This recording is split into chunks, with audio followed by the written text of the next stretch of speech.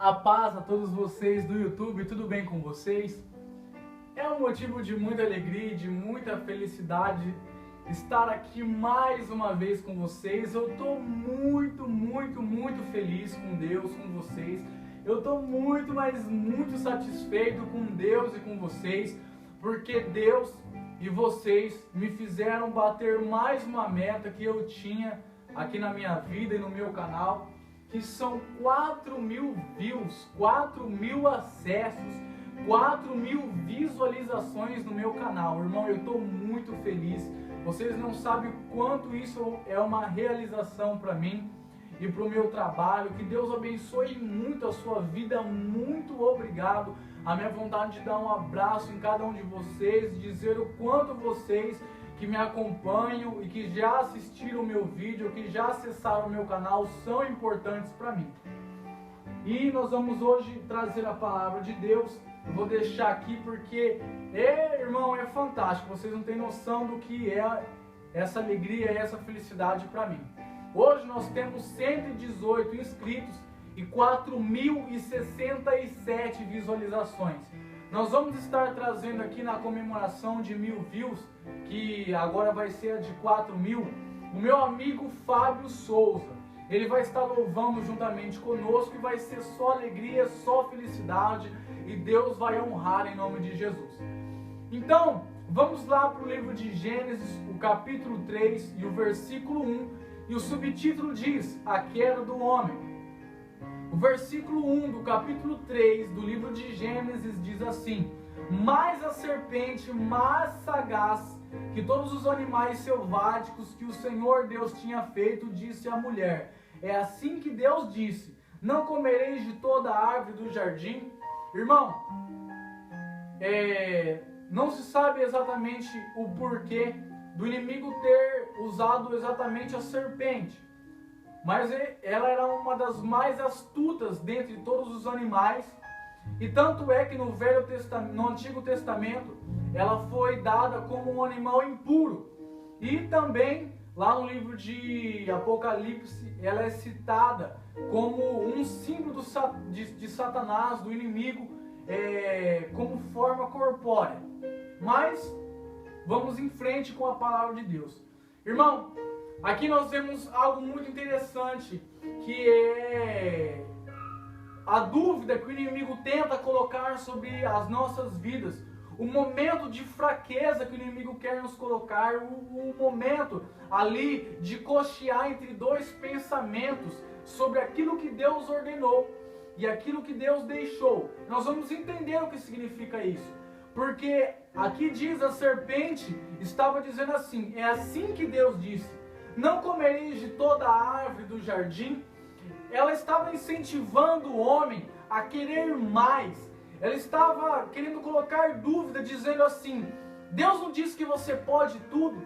Deus não disse que você pode fazer o que você quiser. Irmão, não se engane, porque a própria palavra de Deus diz o seguinte: que tudo me é lícito, mas nem tudo me convém. Irmão, quando nós estamos querendo aumentar o nosso patamar, o nosso nível, isso vai trazer consequências. Não é que nós sejamos super-heróis, isso não significa que nós podemos todas as coisas.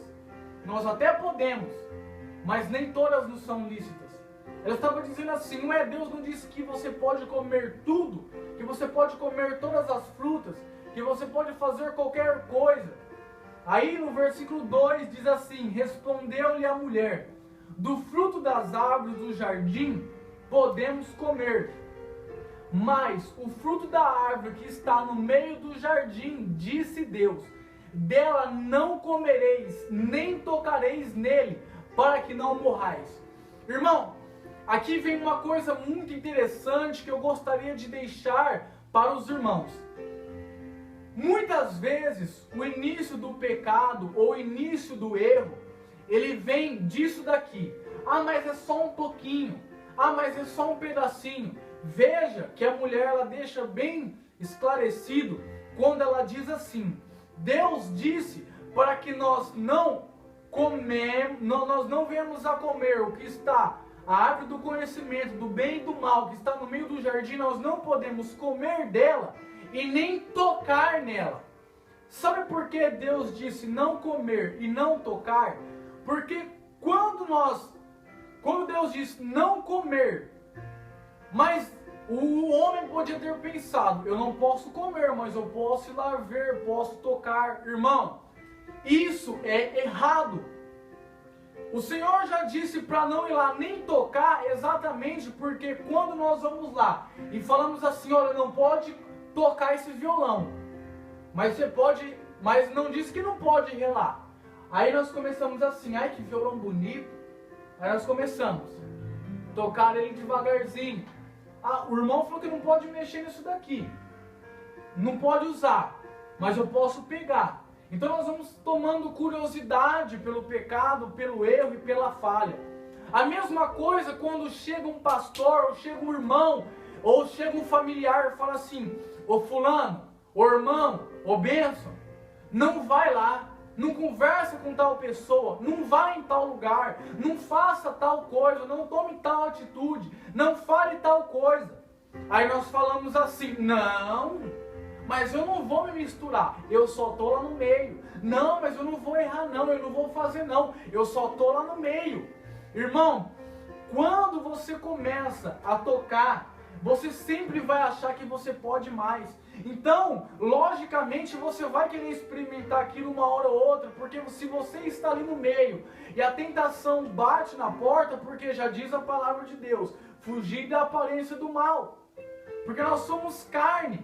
Nós temos que entender, irmão, para começar a ler a Bíblia, nós temos que entender que Deus é soberano, Deus é poderoso. Nós não vamos entender tudo que Deus faz ou que Ele fala, mas nós precisamos crer e nós precisamos entender que o homem é falho e que o homem é pecador.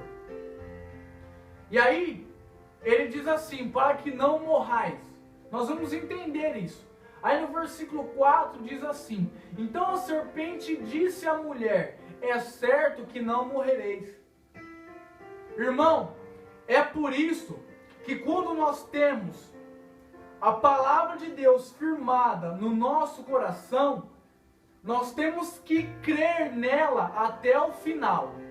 Porque vai chegar um e vai falar assim, não, mas se você fizer só uma vez, não tem problema. Se você fizer só um pouquinho, não tem problema. Irmão, como eu queria que todas as acusações, que todos os maus conselhos fossem boas atitudes. Porque se nós ajudássemos, se nós mostrássemos a verdade, se nós nos negássemos um pouquinho só, tudo na nossa vida seria melhor, tudo estaria melhor na nossa vida. Porque às vezes, irmão, é uma pequena palavra que nós iríamos renunciar a nós mesmos, é uma pequena atitude má que nós deixarmos de fazer, já melhora, Deus abençoa. Mas olha a serpente falando, não, certamente vocês não vão morrer. Irmão, quando alguém chega na tua vida e fala para você fazer algo que todo mundo está dizendo para você não fazer, quando a pessoa fala assim, não, dirige sim, vai lá sim, bebe sim, usa sim, fuma sim, se prostitui sim, briga sim, caça os seus direitos sim, vai lá sim, fala sim. A pessoa, ela está te direcionando para o mau caminho, ela está dizendo que não vai ter consequências. E vai ter consequências. Sabe por que o Senhor estava dizendo que não morrerás? Porque até então não havia morte no Jardim do Éden. Porque até então não havia um tempo estipulado de vida. Porque o tempo no Jardim do Éden era totalmente outro tempo.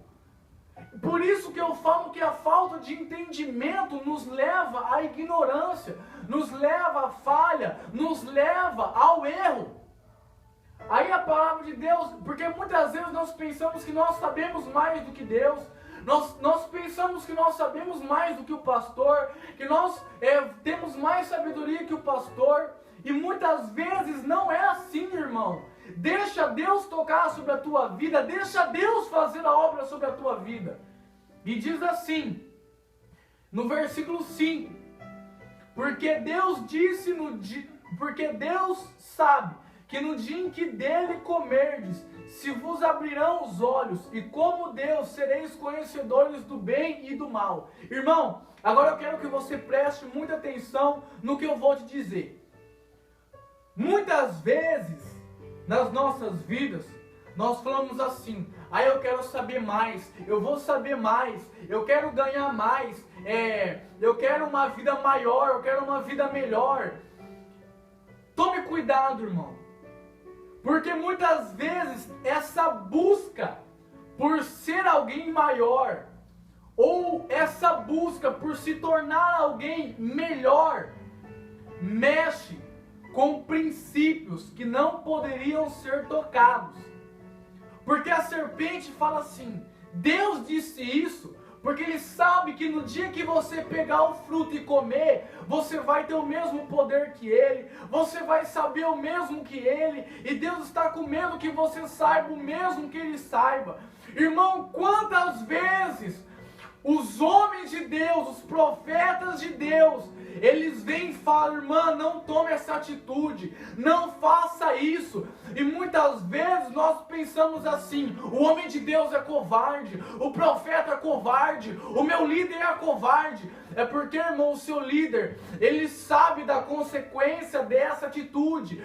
Porque, irmão, o homem sábio, ele entende que nem todas as guerras são vencidas na espada, que tem horas, que tem guerras que elas são vencidas na oração, no clamor e muitas vezes no calar, nos fechar a boca, no ficar quietinho, porque muitas vezes nós achamos que a pessoa disse para nós não fazermos porque ela tem medo que nós sejamos tão boas quanto elas, que nós tenhamos o mesmo conhecimento que ela. Irmão, às vezes um pastor, ele sabe o que ele já passou para ele estar como um pastor. O levita sabe o que ele já passou e tem passado para ser aquele levita.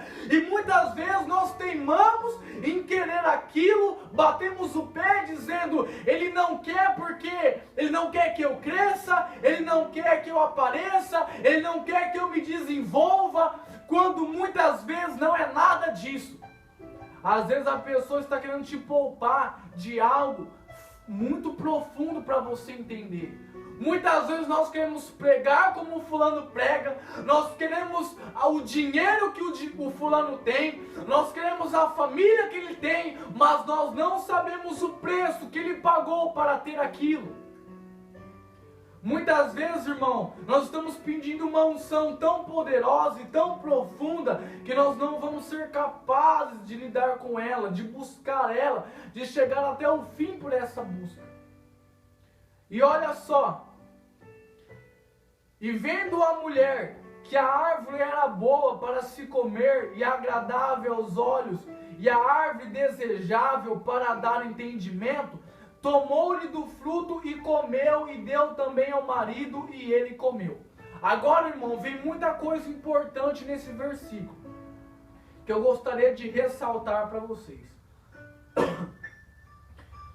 Eu me perguntei por muitas vezes, por que Deus deixou a árvore do conhecimento do bem e do mal tão fácil para o homem poder tocar nela? Porque se Deus não queria que o homem fosse esse projeto errado, que ele tivesse atitude errada, se Deus ele quisesse que o homem fosse perfeito, ele não teria colocado aquela árvore lá, ele não teria deixado à disposição. Então eu fiquei me perguntando, irmão, por muito tempo, o porquê Deus ele deixou aquela árvore, porquê Deus permitiu o pecado estar na porta da vida de Adão e Eva.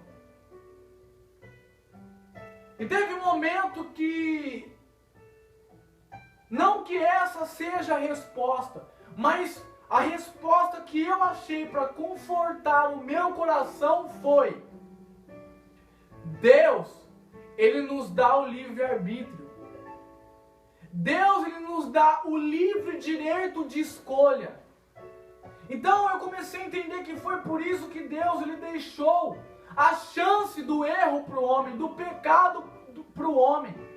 Porque Deus, se Ele fizesse um lugar totalmente perfeito, onde a chance de pecado e a chance de escolha do erro fosse zero, Deus ele não estaria dando livre-arbítrio, a livre escolha. É por isso que muitas vezes nós falamos assim: por que Deus permitiu isso comigo? Por que Deus deixou eu fazer isso? Por que Deus não me deu força? Porque Deus deu livre-arbítrio. Irmão, Deus ele nos dá uma força muito além da nossa capacidade e muito além da nossa imaginação, mas desde que nós abandonemos a nós mesmos e decidimos viver na dependência de Deus, na dependência do poder de Deus, irmão, nós temos que ser dependentes da graça do Pai, da nossa família, no nosso emprego, no nosso ministério. Nós temos que deixar a nossa vontade, deixar o nosso eu, esvaziarmos de nós mesmos e enchermos da glória de Deus. Então Deus queria ver o caráter de Adão, o caráter de Eva. Deus, você fala assim: meu Deus, mas por que o Senhor está deixando essa provação assim tão perto de mim? Por que o Senhor não me livra desse vício? Por que o Senhor não me livra dessa prova? Porque Deus está querendo ver o que há dentro do seu coração, o quão forte é o seu espírito. Porque se você não consegue vencer a você mesmo, você nunca vai conseguir vencer outra pessoa ou uma situação. Você nunca vai conseguir se livrar, irmão.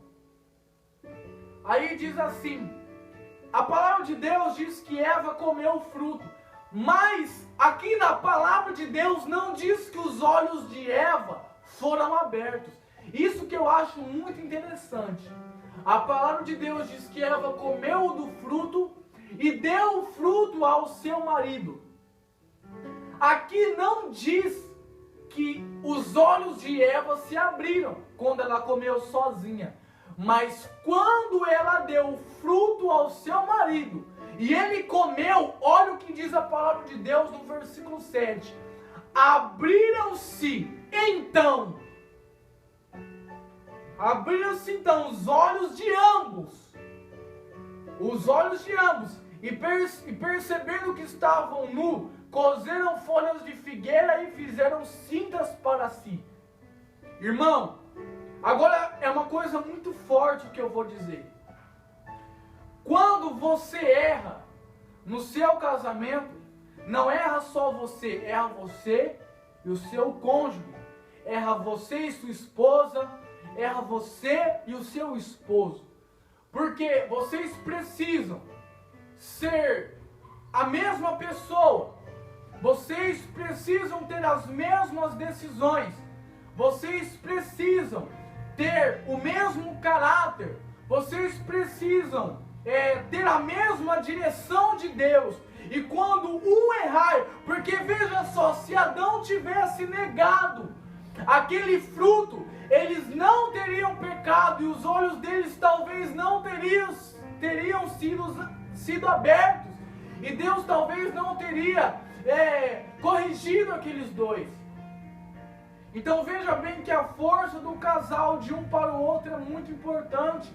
A forma de um ajudar o outro é muito importante, porque veja só foi consumado quando verdadeiramente ambos comeram, então ambos foram abertos os olhos. Isso que eu digo, seja firme e ajude o seu cônjuge, estenda a mão para ele, seja o apoio dele, a força dele, ajude ele em oração, ajude ele em clamor, porque quando os filhos erram o casal. Quando um deve, o casal deve. Quando algo vai errado na casa, os dois estão errados, porque nós precisamos andar em uma só direção.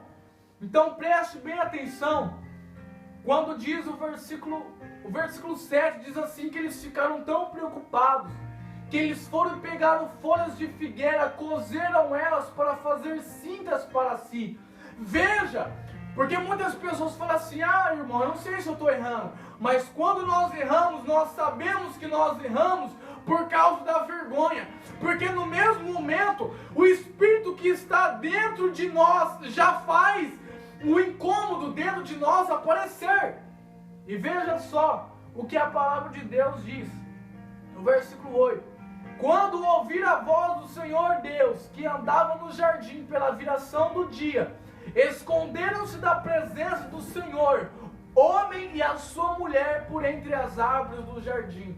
Irmão, quantas vezes nós não recebemos mais o Espírito Santo de Deus, a presença de Deus, porque nós estamos errados, porque os nossos olhos estão cheios de malícia, porque o nosso coração está fechado para a presença de Deus, porque os nossos pensamentos estão irados e não há paz, não há amor, não há o consentimento para entrar na presença de Deus. E quando isso acontece, nós queremos nos esconder de Deus, nós queremos evitar a presença de Deus, nós queremos evitar que Deus fale algo de nós, que Deus revele o nosso erro.